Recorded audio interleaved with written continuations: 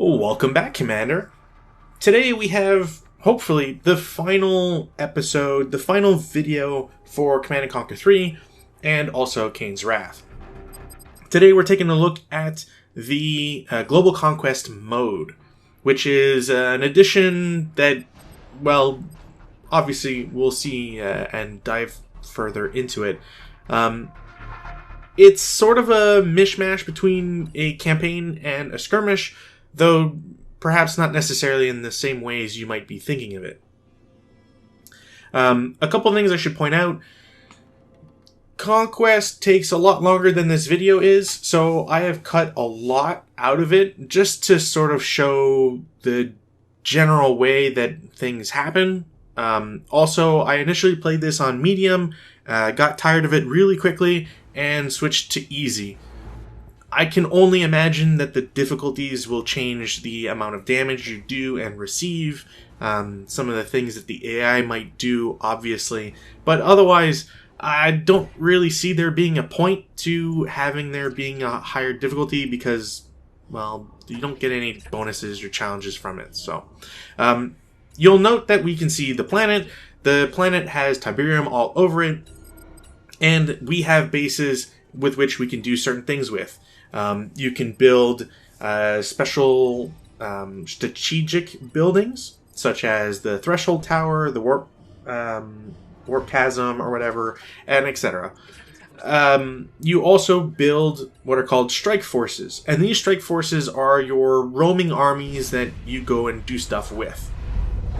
Now, it's important to point out that hopefully I won't be dumping too much info too quickly.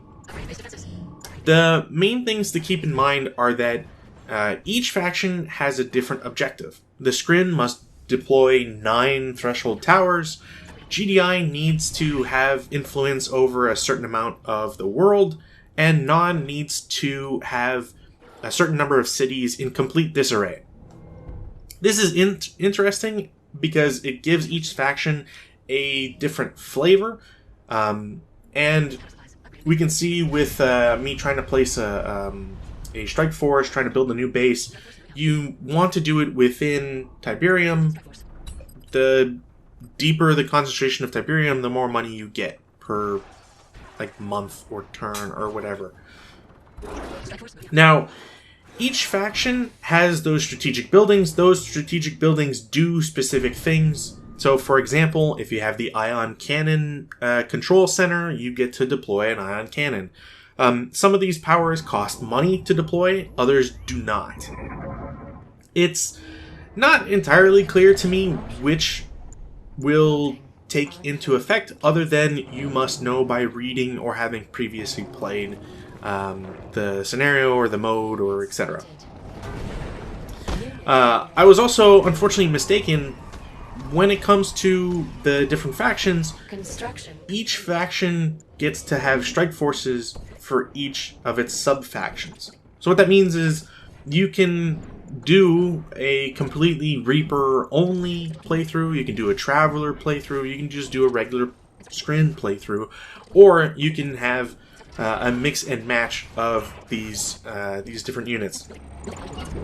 Now, while that might seem interesting, it doesn't reach to the same level as what we saw in the campaign. What I mean by that is you can't have, to my knowledge, 2 different faction types, sub-faction types, in the same map.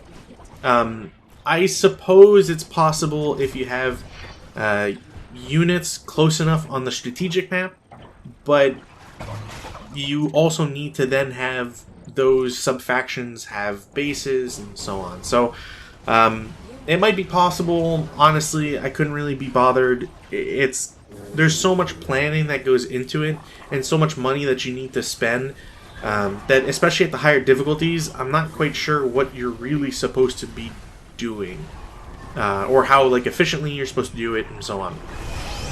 So, the more expensive the strike force you buy, the more things it can do, or the different way it's specialized. So in this case, me taking over this base, I had I believe it was a Traveler group. I got the Mastermind, I get some ships, and I'm able to essentially blow through the enemy base immediately. And this becomes a central problem with Global Conquest mode. We'll see more and exactly why it's a problem later in a much better example. But when you're the human and you attack an odd base, it turns out that the base already exists. It's already pre-deployed on the map in a specific way, and you play on skirmish maps. That in and of itself is not problematic, but it's how much gets deployed, it's what you can do to fight that, it's what are the resources on the map. That's where your problems really start to compound on themselves. Another issue too is that strike forces have health, for lack of a better term. Also, you can have a mastermind go around and just sell buildings it captures.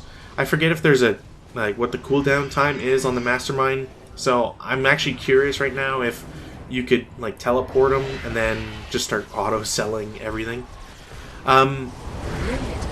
To remove the problem of where your enemy is going, or AI just having stealth units in a corner, there's also countdowns for that.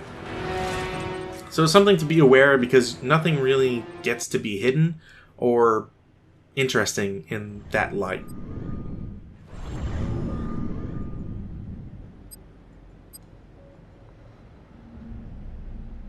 So here we have a defensive mission.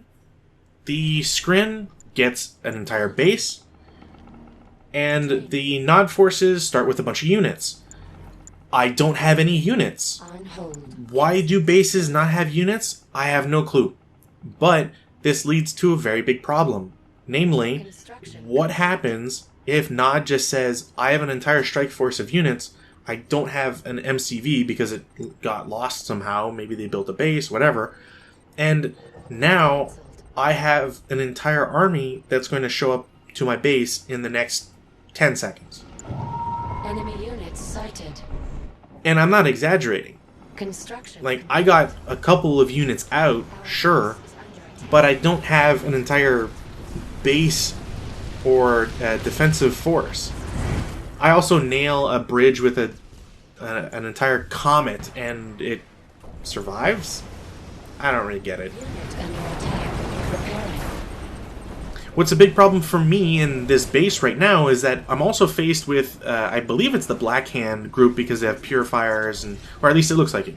And they're great against buildings. So I can't build enough units to do anything, and any defensive structures I build are almost immediately wiped out, because the strike force is built to, I guess, counter that. Now, there is one caveat. This strike force has no anti-air capability. And thankfully, the way that missions work is that you have to eliminate your opponent entirely. This can be abused. Obviously, I'm already abusing it by the fact that I have my command center that I just plopped into a corner that, for some reason, it could go here and can't be shot at because there's nobody close enough. And the purifiers here don't have anti-air capability, so I can just pummel them. Because the map gets revealed, I know where everything is, thankfully, but it kind of reveals a problem with the AI, or just the mode itself. You need to have the map revealed, because otherwise, you wouldn't be able to find the enemy units. The same goes with stealth. All stealth units are revealed in a time frame. Well, why? Well, it's because you might have an AI that no longer moves its its harvesters, and that harvester is now cloaked in a corner that you can't find. What happens if your entire base is destroyed, but you have units left, but none of those units can detect cloaked units? You're just kind of screwed. So it kind of shows the problems within the system that EA, the studio, dealt itself. Now, I have a base, but I got attacked before I could repair because I don't have money for it. So what happens in that case? Well, you get the base, but you're missing certain things. I don't have a construction yard. Or at least, I have a foundry, but I don't have the main platform. So, how does that work? How am I going to be able to translate that into, quote-unquote, success? Well, I have a drone ship, a platform, that I can now use. But we have the problem of sub-factions. So, technology, for one, does not transfer at all to the other one. And we're going to see why this is a problem, because I just sold the foundry, and I now no longer have any... There's no way for me to keep this base, because again, didn't spawn with units. So I lose my initial base immediately. I get to build one ship out of it, and it turns out that I need to rebuild all of my tech because it doesn't get shared. And because I lost it, of course. But it's one of those, like, it's a leg up that I would have liked to have had. Now, for whatever reason, the AI can also be tricked into throwing all of its infantry into a Tiberium field, which harkens back to my complaints that there should probably be something that happens, like transmutation or whatever, if you're in Tiberium, but whatever. So I started with a mega base, the Nod forces started with their own, but the AI decides to send everybody to rush over to my initial base, and then doesn't really do anything else. They didn't rush my second base. Why is that? Can't explain it. I know it's on easy AI, but if the easy AI is going to make a strong move at the start, then realistically it should make other moves like that.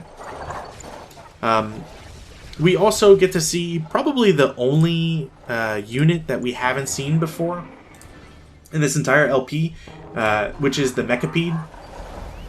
We've already seen the Hexapod, we've already seen a bunch of other stuff, but the Mechapede is like the only one that honestly has not shown up anywhere. And I truly don't understand why it never made its presence known in the campaign. Unless I honestly missed it, but I don't think it's the case. Essentially, how the Mechapede works is it's a pretty fast ground unit that gets to customize itself. So your Mechapede starts when it's spawned. It has the lowest health possible. Unit lost. Then that Mechapede, you get to purchase parts, sections for it. And each section can either be an anti-building, an anti-armor, or an anti-infantry section. So these sections can also shoot air units, if I remember correctly. Yeah. So essentially it's a one-size-fits-all unit, and you can just kind of customize its damage output based off of what you're going to be fighting. Are you fighting the Mark of Kane? Well, perhaps you might want more anti-infantry power because Mark of Kane typically uses more infantry. Are you against the Black Hand? No, maybe there's some value in splitting between anti-infantry and anti-vehicle. Or perhaps going anti-vehicle and anti-building, etc., etc., etc. So, they're interesting units. I don't hate them, but I do think it's strange that they just... Maybe they were a last-minute addition, I don't know.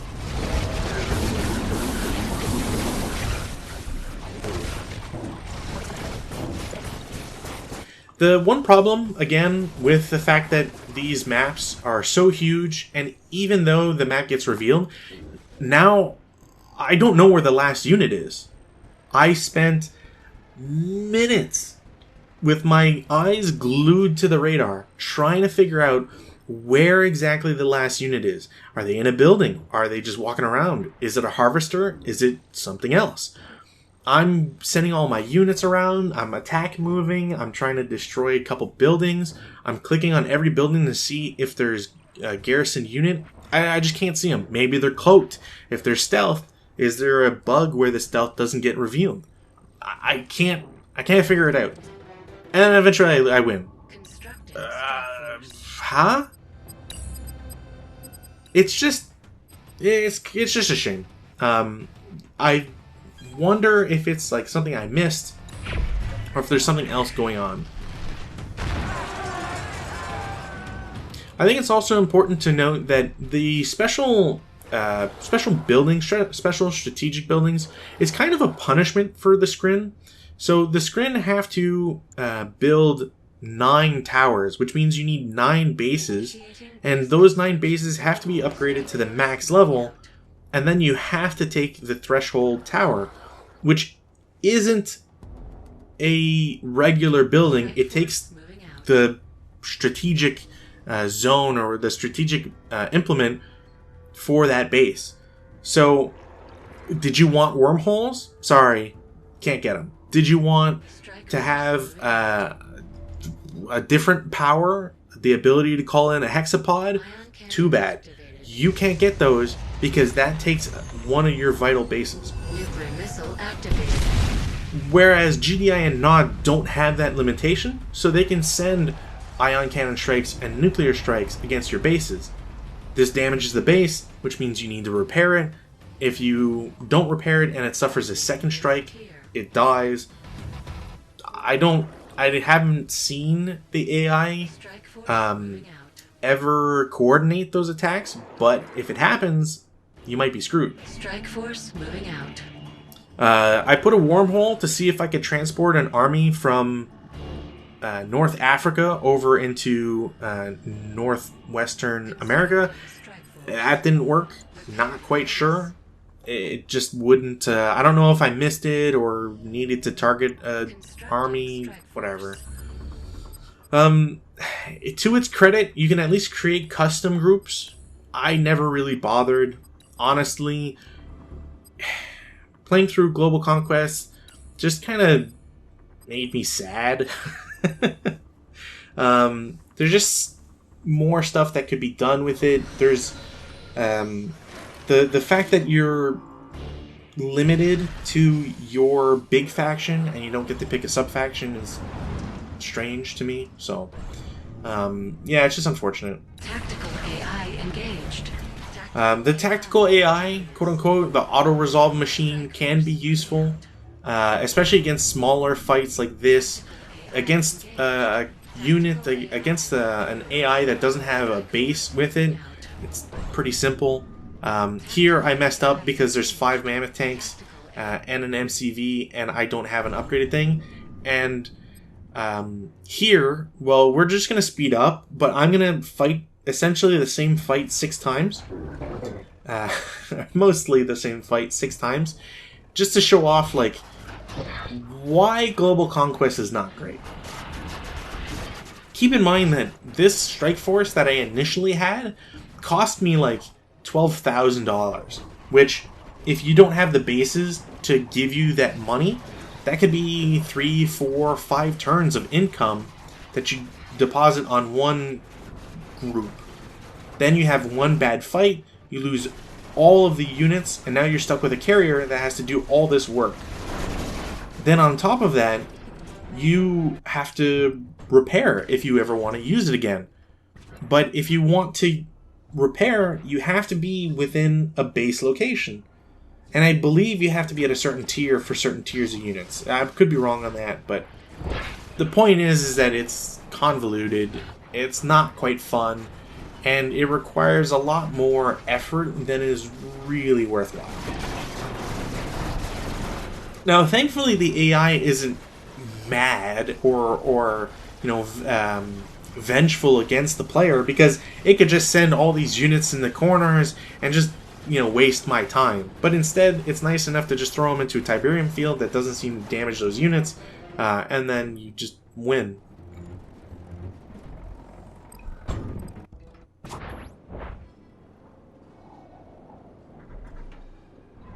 Once more, I don't really have anything else I can really do. I need to fight these fights. I need to win, because if I don't win this and the 6 strike forces that were there go down south and destroy my base, it's one less base in order for me to get the tower I need, and I can't complete the campaign or the conquest mode. Yeah, it's a pain.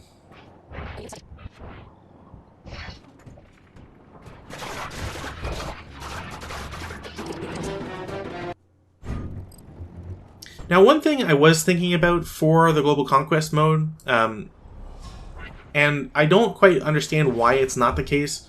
One thing I would immediately change if I were a game designer is to give each faction a separate objective that they needed to meet. And I would make you choose a sub-faction. Sure, it might take away some options, but I think that's kind of the point. Maybe you could choose or have an option to play as all 3 factions. But essentially, why does GDI not have an objective in order, or that would force you to defend, to ensure that all the sub-factions survive? Why does NOD not have an objective where not only are they trying to generate unrest in cities, but maybe they need to unlock every piece of technology or get a certain amount of Tiberium per turn in terms of income?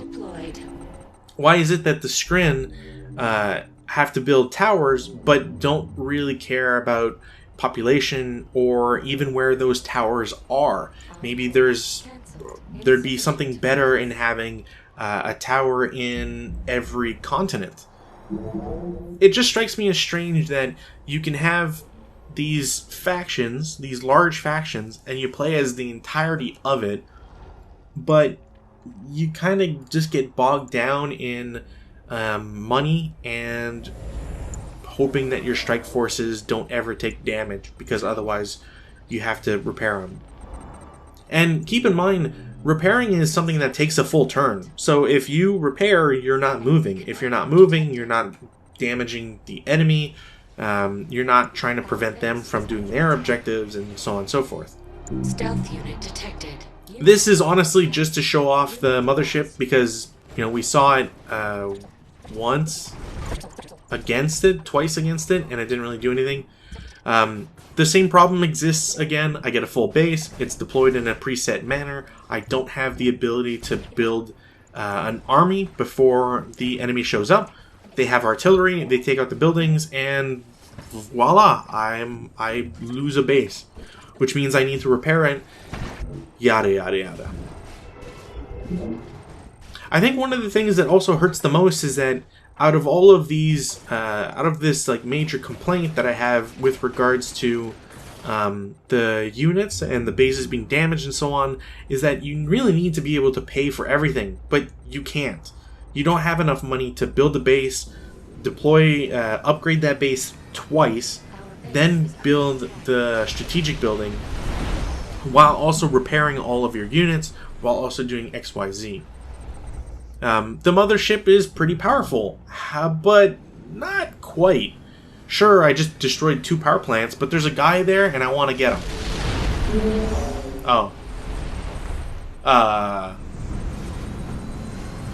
They already start damaged, right? Huh. Maybe if I'm closer? Gotta rearrange myself. Mothership has to turn, keep in mind. It can't just automatically float in a direction. There we go. It only took me 3 blasts. And yet there's still units somewhere on this map. Where? Oh, a harvester. For as much complaint that I could give to like Command & Conquer 1's AI, at least they like rushed you if their base was destroyed. So finally, I believe that's my 9th structure. I'm going to have this done. I'm repairing a little bit. I'm going to go into the next turn, 59, 60 turns or whatever. Cool. I just beat out Nod. Nod was really close to winning. I think they might have needed 1 or 2 more cities. And this is on easy. I'm not really doing anything wrong here. So, hooray! We won! And then, menu. You thought you were getting credits? A cutscene? Something more congratulatory? Maybe a note? You unlocked skins? Maybe a higher difficulty mode? An extra mode? No. You don't get anything extra. So, thanks for watching!